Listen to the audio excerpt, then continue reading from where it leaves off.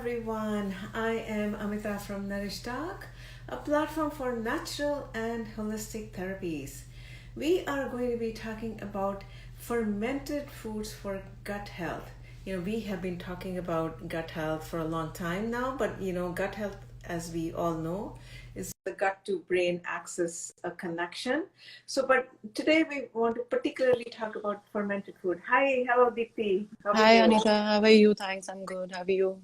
Good, good, good. So joining me is Deepthi Sehgal. She is an internationally certified macrobiotic nutritionist and alkaline health coach. Maybe you can tell us a little bit about yourself because I won't do the justice of introducing yourself and telling everything that you've Sure. done. Yeah. Okay, so hello everyone. I am Deepthi Sehgal and I am an internationally certified macrobiotic nutritionist, also an alkaline pH balance health coach. Apart from that, I am also a master's degree holder in yoga and science of living, and now I'm studying Ayurveda. I am also an author and a founder of a brand by the name Swarasya. So the whole idea is I'm just trying to understand health from all perspectives, from the modern perspective, how science looks at your health, and how ancient sciences have always looked at health from energetic perspective, from the perspective of going beyond the physical, trying to understand the subtle.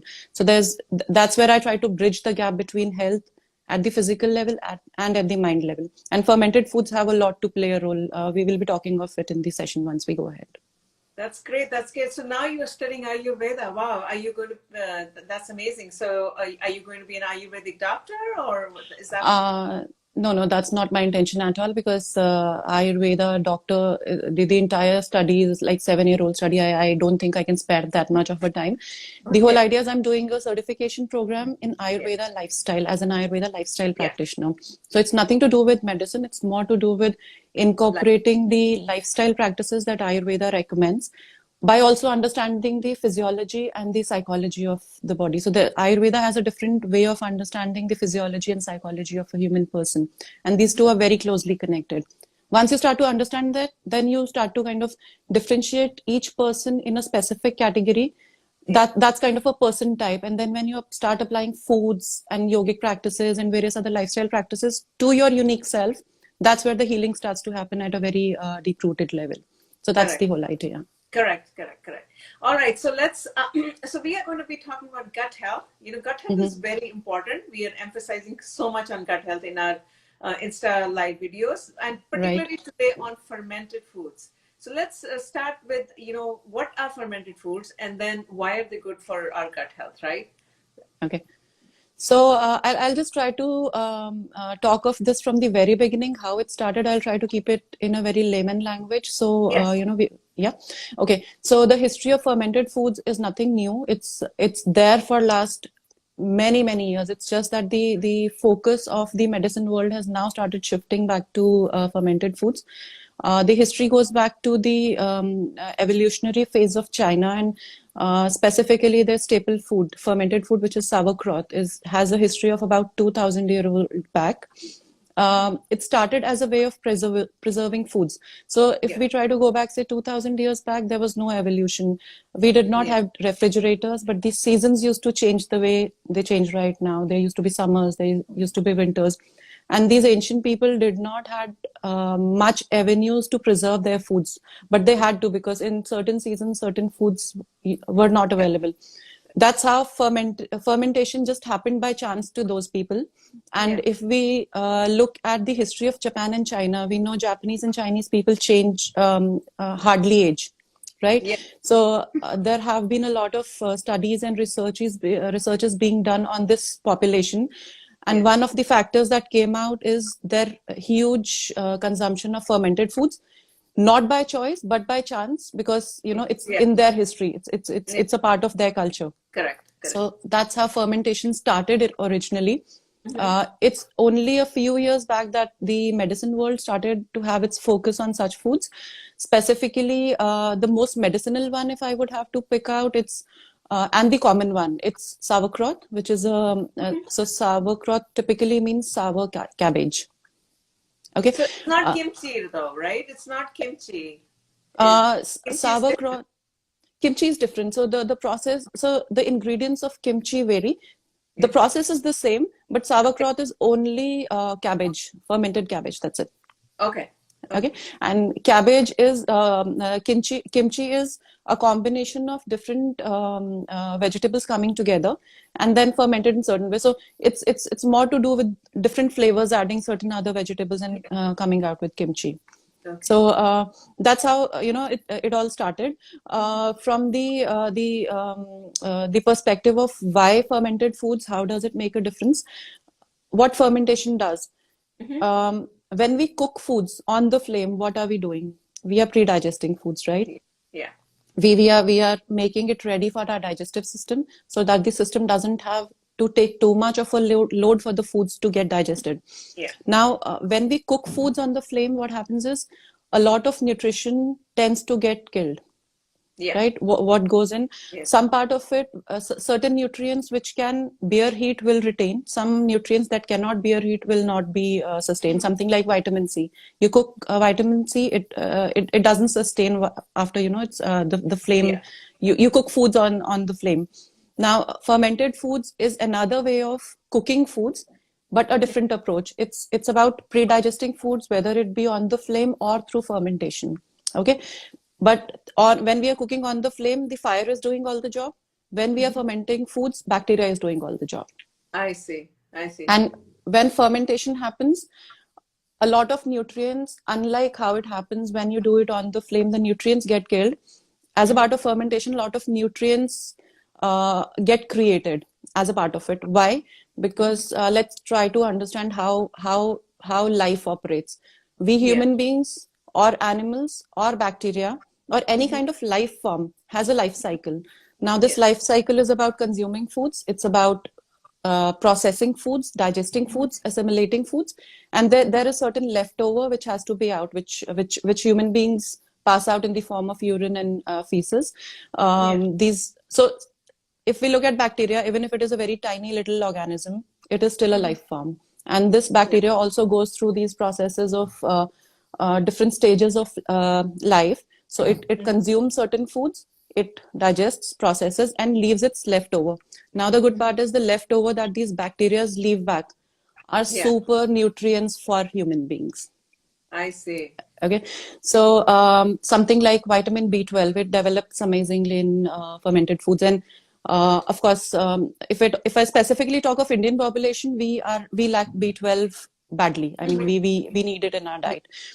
Fermented foods is a great source. Apart from that, depending upon what vegetable or what raw source you choose to ferment. Mm-hmm. Say, for example, you choose to ferment milk, or you choose to ferment vegetables, or you choose to ferment, say, soy products. These Yes. raw resources are coming with their own specific kind of a nutrition, like cabbage is coming with a lot of vitamin C. Then Mm-hmm. milk is coming with a lot of calcium. What happens Mm-hmm. is when the fermentation process happens, their own specific nutrient properties get enhanced than being killed. I And see. I that's see. where it becomes a superfood for our body. Wow. Wow. I don't think many people know about I mean, so much qualities of the fermented foods, in the sense like Uh, it's becoming popular. Like most of the time yes, we'll go and we'll pick up the probiotics, from the store and yes, have the active bacteria, right? That's what, right, at least in the what I've seen here in US, the fermentation is more like more Chinese, like kimchi and yes, things like that. yes. So fermentation can be done on any kind of food. I It's see. basically in a very layman language, if I have to talk about it, it's basically the in a layman language, it's rotting of food. Something is rotting, but Yeah. yeah. So that rotting happens to every life form. It happens to human beings also, right? Yeah. Once if we leave a dead body aside, it starts to ferment, and that rotting starts to happen. But when that rotting is done in a specific environment, in the Yeah. presence of certain bacteria and in the presence of certain kind of nutrients which are Mhm. already available on these food forms, it Yeah. becomes superfood for human bodies. Wow. And so that's now it makes sense why they're good for the gut health because of the procedure, the process that you just described, right? Exactly. And okay, I would just want to talk of something about gut health also, because that's Yeah. where the coordination of fermented foods and gut Mhm. happens altogether. Yeah. I'll talk of it from the ancient perspective. I'm quite fond of the ancient, and this science is That's just amazing, great. connecting, yeah, by mind body sciences. So let's look at Ayurveda. How Ayurveda looks at your gut health is, it talks of Agni, which is Yeah. the flame. Like we cook foods on the flame. Similarly, that Yeah. similar kind of analogy is used within our body to burn foods, because energy can only be driven after you burn something out. You Mhm. can derive energy when you burn something. So within the human bodies or in any kind of life form, Yeah. when you burn out the raw material, it extracts the energy out of it, and that becomes the essence or the raw material for your body to derive the energy out of it. Mhm. Mhm. Now, the this machinery, you call it, or this part of the body, you call it, has to be really working at its optimal level, so that whatever raw material goes in, the body is able to kind of extract whatever nutrients it is getting from specific kind of resources, Mhm. and that kind of energy gets passed on to your cells, and that's where the magic happens, where the energy gets generated. Yeah. In most of the common scenarios today, what is happening is we are very focused on consuming best quality foods, best forms of foods, be it raw diet or living foods diet or fermented foods or uh, juices, salads, you name anything. What the missing link that goes here is, what kind of digestive health are you carrying? I mean, Mhm. it's just the raw material going in. Is the machinery that has to process that raw material in its Yeah. best order, best working order? Because that's where what is going in, the essences of it will be pulled out of those raw material and passed on to the cell. So in between what lies is your digestive system. So Mhm. Ayurveda had a very special focus on digestive system, saying that about 96% of your diseases can be averted if your digestion is working well. So when I was Yeah. studying macrobiotics, one of my instructor, kind of created a lot of awareness. He used to tell us, if you're consuming the bestest of foods, best superfoods with much nutrition and best nutrition that you can think of, but your digestion is not optimal, it's not working fine, that best food becomes poison for your body. And if you're consuming junk food, but that machinery has a lot of power to process even that junk food, that Mhm. food will not be poison for you. So the entire philosophy changes. It's not about Mhm. foods, it's about extracting that food through Yeah. the digestion process and keeping that digestion up. That's where fermented foods get back into Help. play, because they work in a specific pattern to push out the dirt out of the body, the toxicity out of the body. That's the very Mhm. first stage where our organs start to get start to function improperly. And Yeah. that's where, even if you're consuming the bestest of things, the things do not get digested well. If I have to talk of it from the yogic perspective, they look at your digestion area, the midsection area, in the form of chakras. So, this Manipur chakra, which is responsible for igniting your Agni, and it's not just a connection with your physical self; it's a Mhm. connection with your emotional self, all kind of emotions. So we say we must have the power to digest emotions to be able to live through any kind of circumstances that we face through. Mhm. What does that mean? It Yeah. means your digestive system, when it digests foods and it's in its optimal working condition, the kind of Mhm. essences that it creates are also being passed on to your mind as energy, and that's where your mind has that kind of an energy to kind of perceive things in its right form. Yeah. And Yeah. that energy just passes on through your brain. So there's a very direct connect between how your if the system is not right, the entire system is not right. Yeah. Yeah. That impact is just going on everywhere. So No, that's how it I is. think that's rightly said. I mean, there's a lot of science that's already proved the Right, gut and the brain connection, right? We all know about that. So right. let's say so it's great that you talk about importance of fermented foods. So how do we do the fermentation? Like you just put like let's say beetroot, for example, or Hmm. some simple food, right? Ginger or beetroot. So you put it out there and you put what, vinegar, and that's it, or No, something no. else? Okay. So fermentation happens on its own. We know that. How it Yeah. happens is the kind of source that you pick up. Say, for example, you pick up a cabbage or a beetroot or a carrot or Yeah. even radish, whatever. So the first thing is anything can be fermented. Yeah. Okay, but the time period, the kind of fermentation, and the kind of bacteria that gets produced on specific kinds of foods is going to be different. And Okay. that's why they say you should be consuming a variety of fermented foods. Why? I Because the goodness of bacteria is going in, but our gut is host to lakhs of different kinds of bacteria.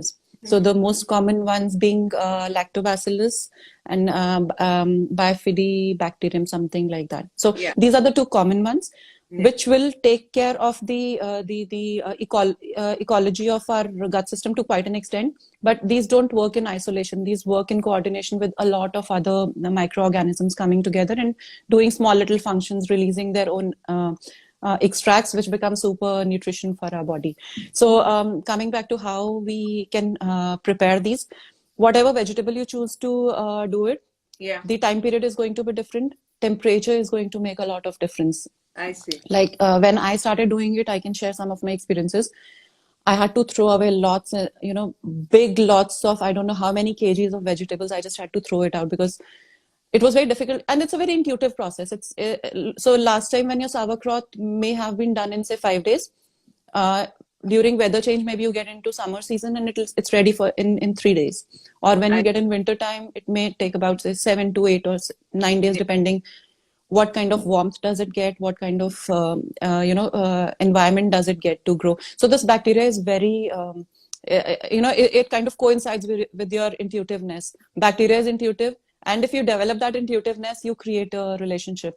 And for me to create that relationship actually took a lot of time, for about at least 6 to 8 months. By the time I started to understand, okay, cabbage, it might take 3 days when I'm doing it in summers, when I'm Yeah. keeping it covered, when I'm keeping it in the dark, Yeah. covered with a dark cloth, or maybe under a dark, in a dark place, but where there is some kind of heat penetrating in, and your Yeah. bottom surface should not be cold. So something like a wooden base, Yeah. which kind of which doesn't take in a lot of coldness into that specific vessel where you're creating your fermented foods. Mm-hmm. So your environment makes a lot of difference.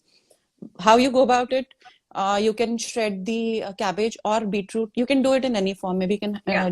do the slices or grate it, or whatever form you like it. And then the idea is to you must be, if you have to do it really the right way, just squeeze these vegetables and try to extract as much water you can out of these vegetables. I So see. the surface of these vegetables are coated with these bacteria. Already the bacteria is there. The lactic Yeah. acid bacteria is there.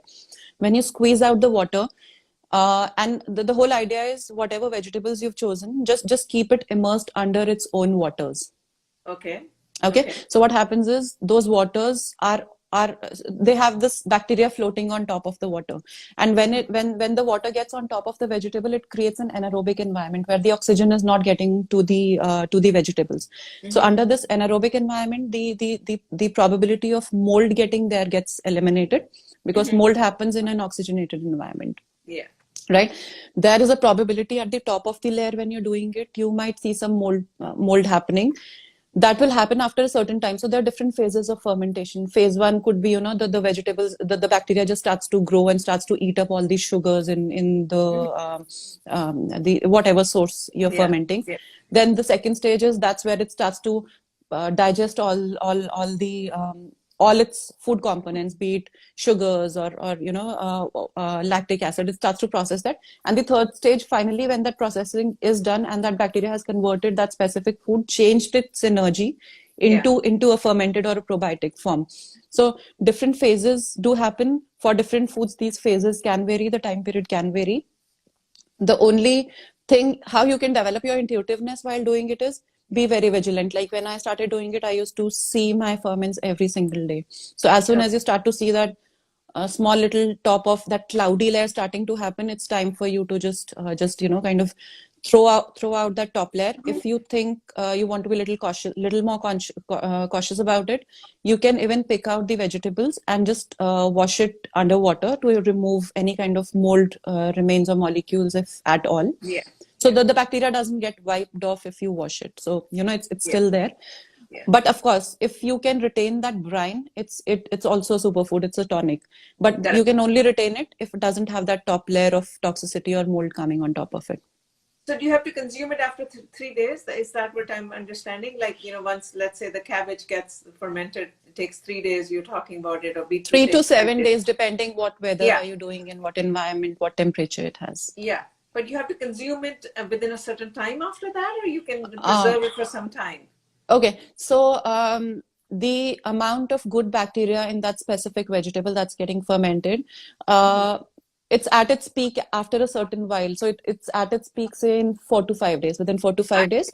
I see. considering the temperature is normal. So what do we call normal? Which is a little warm temperature. So that's where the Mm-hmm. bacteria is at Mm-hmm. its peak and working, really well when Mm-hmm. it comes across that warm kind of a temperature. So supposedly you're doing your ferments in winters. Now Yeah. winters it's really hard time. You have to find out the right environment to create those ferments.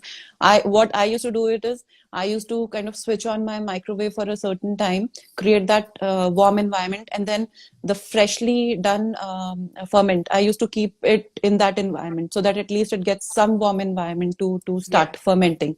Okay. Yeah. So, but anywhere between say 5 to 7 days, 4 to 7 days is a good time. In summers, it's going to happen early. In winters, Yeah. it's going to take a little more time.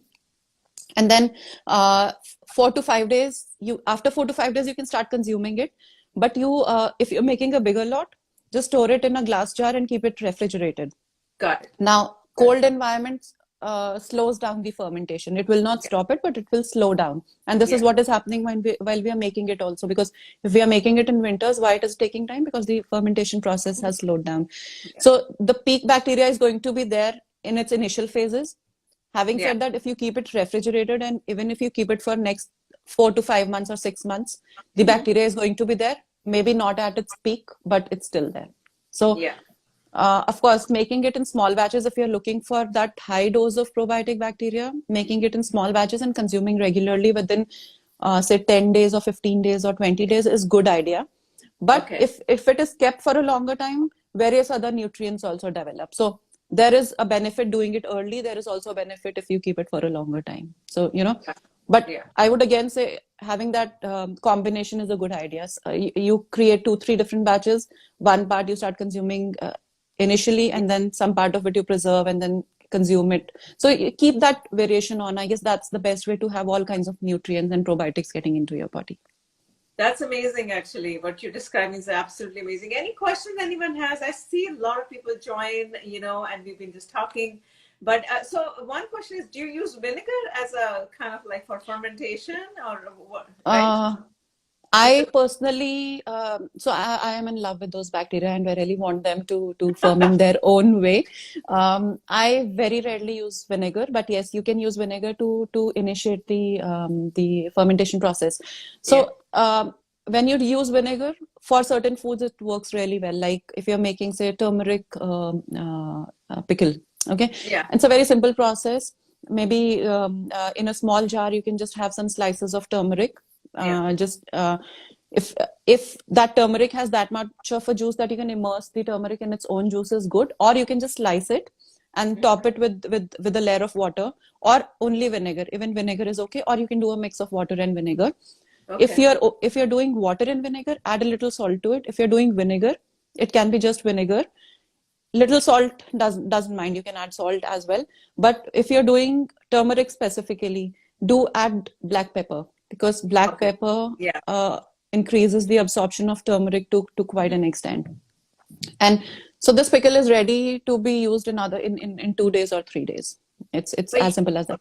so the fermentation you're doing is in water, just plain water. That's what I'm I am understanding. not even doing it in water. I'm doing it in their own juices.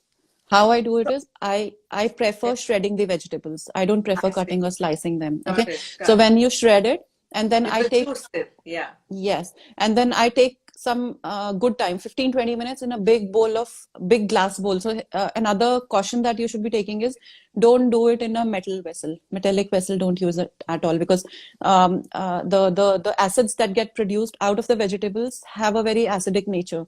So, Hmm. and these metals do kind of get leach out when they come in contact with acids. So we have to use a neutral vessel. It could be a wooden vessel or it could be a glass vessel. I personally prefer a big glass bowl, and then I shred the vegetables, add salt to it, leave it for about say 10 to 15 minutes so that it starts releasing its own waters, and then Got spending another 10 minutes just squeezing out water out of it, and just making sure that the vegetables have all the water out. By the time you do that, you realize that those vegetables have so much of a water that we do not even realize when we consume them. So it becomes this much that you can at least immerse those vegetables under its own juices. But in case the water gets less, because during different season the water content in vegetables could be less, in that case you can add a little water to kind of make sure the vegetables are under the water and not floating on top of it. Got it. Got it. Got it. And Yeah. so it needs a little weight also. So the traditional process, how they used to do it is they used to take a big vessel, shred vegetables, add salt to it, squeeze out the juices, and then keep a layer of another plate or something. Keeping some heavy stuff on top of it, so that with the weight the water keeps coming up. The vegetables keep releasing their own waters. So that's again a traditional process. I started with this rather. I mean, it was a lot of hit and trial that I did initially. I wasn't aware of now the vessels are available and you can buy these jars which help you help with the fermentation. So I started traditionally by adding on weight on top of the vessel and then making it.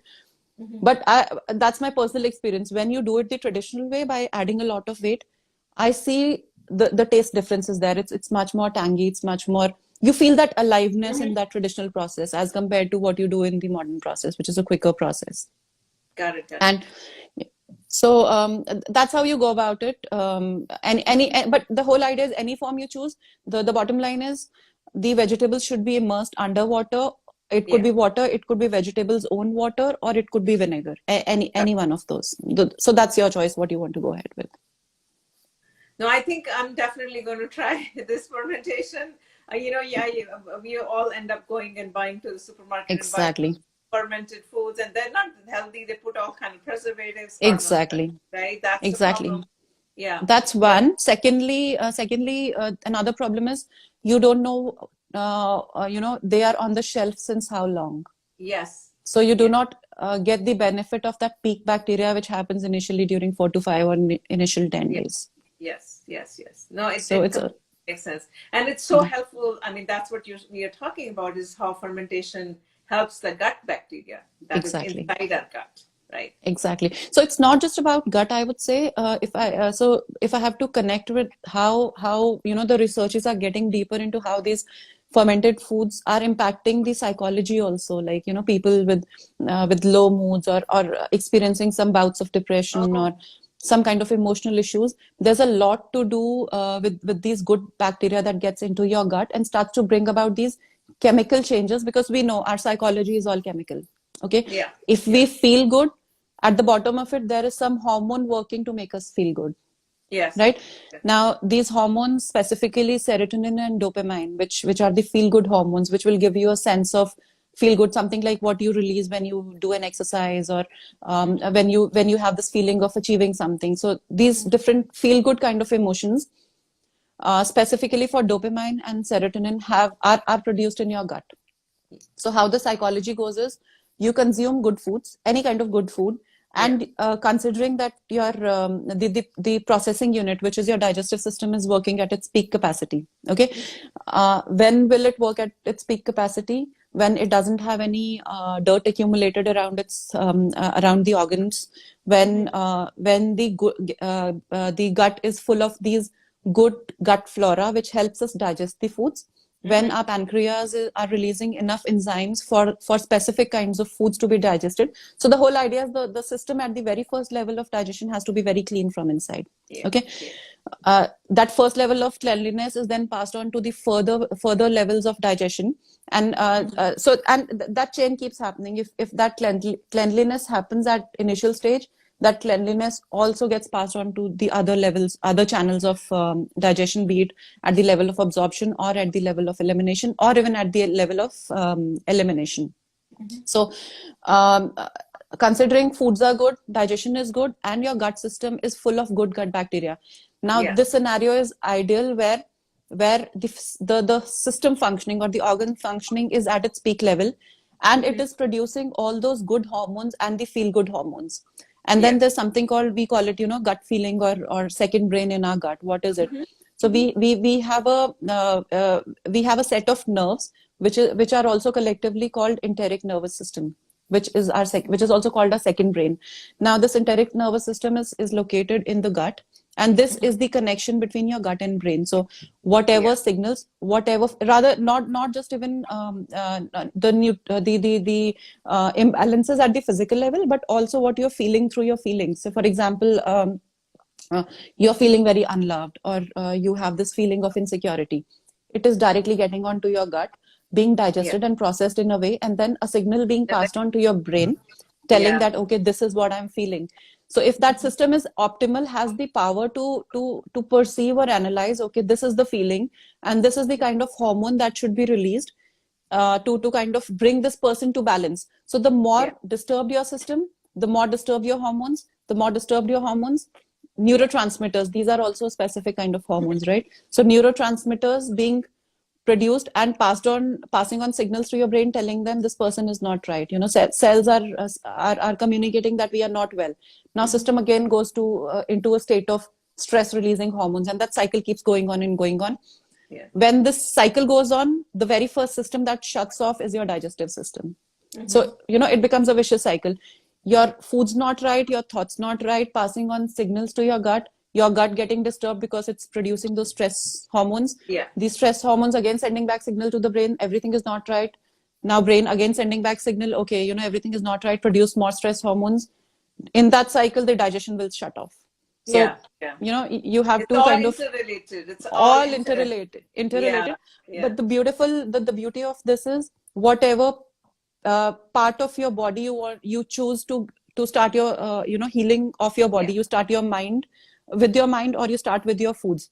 Yeah. It will have a two-sided effect. So Yeah. when we start with good foods, we start focusing on improving upon digestion, and we start refilling our gut with good gut bacteria. Okay, Yeah. Yeah. the energies that get produced are the energies being passed on to your brain. So automatically you see Correct. some changes happening at your mood Yeah. and mood levels and your mind level.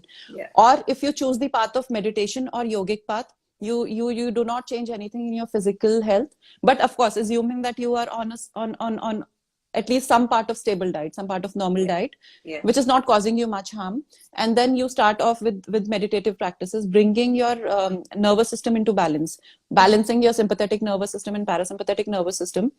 Now what these will do is, these will again control your hormones. The stress hormones will get controlled. As soon as the stress hormones get controlled, your body gets at ease, your digestion starts to get up. So even if you're consuming not very good foods, I would not say Yeah. junk food or processed food, but not very good foods, not defined optimally as per the right standards, will still be digested well. Why? Because digestion is at ease. Yeah. So you pick up the root of the body or the mind. This at the center lies your Yeah. digestive system. Yeah. Yeah. It's very If you important. if you focus on both the areas, you pick up meditation or yogic practices, or Mm-hmm. some activity that soothes your mind. Alongside, you start improving upon your diet, focusing on digestion, and filling your gut with good gut bacteria, which also is Mm-hmm. responsible for adds on to creating these neurotransmitters, which pass on Yeah. the signals of feel good factor. Yeah. So then you're targeting the problem from both the sides. That's amazing. That's amazing. And I think all of us will live for 100 years if Yeah, we sure. follow this practice. Exactly. And it's a beautiful No, science. I mean, I'm serious. I'm not a joke. yeah. You know what I'm saying? Like, at least a healthy life. Yes, A healthy exactly. life. So this is what, like, if you look at the Japanese population, okay, Yeah. I will not talk of it from today's perspective, of course, because a lot of industrialization has happened, Yeah. technology has grown. So that ancient connect of, rather for the Indians also, we've lost that connect of what Ayurveda always used to talk Mm-hmm. about, or Japanese modality or Chinese modality, Mm-hmm. traditional Chinese medicine, which is a powerful way of Yeah. lifestyle way of understanding your own body. These sciences always focused on a specific way of life, starting from your mind and brain. Yes. Pick up some activity, or live your routine in a way that keeps you at peace or gives you happiness. So I'll just try to give the example from the youngsters perspective also, because we come across a lot of youngsters now at very initial stages getting into this problems like irritable bowel syndrome, or emotional issues, or mood fluctuations. Starts Wow. with that, and great, after a certain while starts reaching a certain stage, which someday manifests into some bigger disease. Yeah. Uh, so let's try to connect it with the environment. In a lot of cases, rather across the world, there's a lot of pressure around education, around, there's a lot of competition. We are competing with others. We are not looking into our own selves. How is my body growing or progressing to be able to deal with that competition? So it's just the outward view of how we look at everything. Now, this kind of stress or competition, or even the fight to just compete with your peers. Somebody has an iPhone, even I want it, and then you keep have that reel going on inside your mind. So any kind of stressor that gets into your mind at the very first place will disturb the balance between the sympathetic nervous system and parasympathetic nervous system. Which means when sympathetic nervous system goes up, the stress response goes up, the stress hormones go up.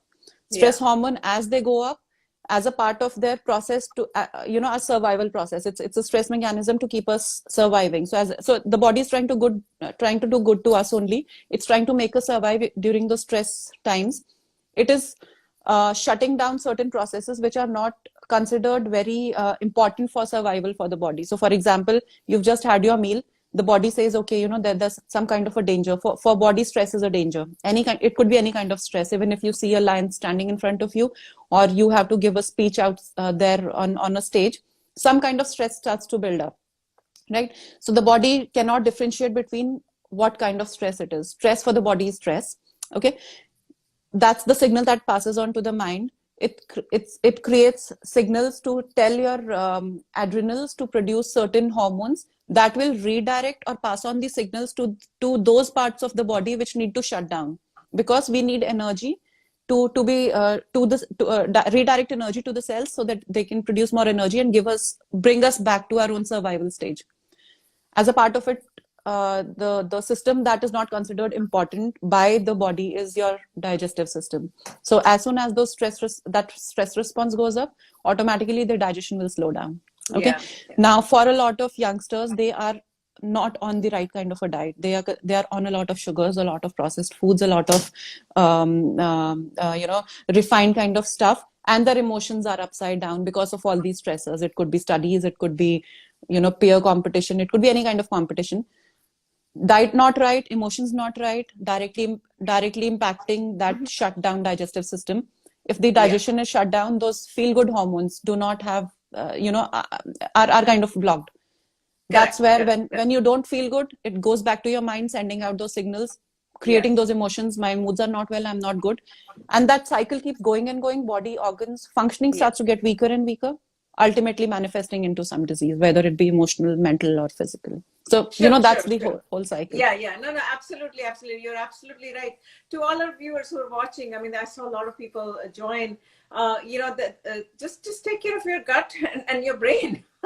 Exactly. Your thoughts and your digestion. I mean, it's not that difficult, and so that's what Deepthi is talking about. But thank you so much, Deepthi, for being. I don't want to take so much of your time, but I think what we should do is we should talk about different topics. I think you have amazing knowledge that a lot of young people, especially. Amazing knowledge to young people, I think, who are struggling with IBS or some other issues, right? Acid reflux. A lot of young people, teenagers nowadays, or even younger than that, they have all kind of tummy problems. You can benefit, and that's what we are trying to do here, is to educate all of you. Exactly. I mean, including myself, right? That's what we're doing. So I don't want to take so much more of your time. These sessions we try to keep them half an hour, but I would love, Deepthi, for you to come back and do a little bit more, kind of a detailed presentation and educate people more about what you're saying, because I think the knowledge that you have can help so many more people. Yes, it is. I guess this is something that every one of us should know, and we should be trying to get to the root of the problem. And one of the concepts that I would really love to talk about is the pH balance of the body. That's where everything starts to go wrong. It's the acid-alkaline balance inside the body. So maybe, we can take it up in some other session, maybe, of course. But it was, being great, creating all that awareness, and I hope it did help a lot of people understand how the psychology works and why fermented foods No, we do the pH balance in a separate way, maybe on an FP live session where we have a Sure. presentation. People can take it home. In the sense, people Sure, have sure. some cues to follow. This session has been amazing, absolutely amazing, Deepthi. I really want to thank you for coming. Thank you so much, And Anita. Thank you. yes, yes. And we will see you soon. And to all the viewers, please help us share these sessions. We're trying to create awareness and helping you live naturally.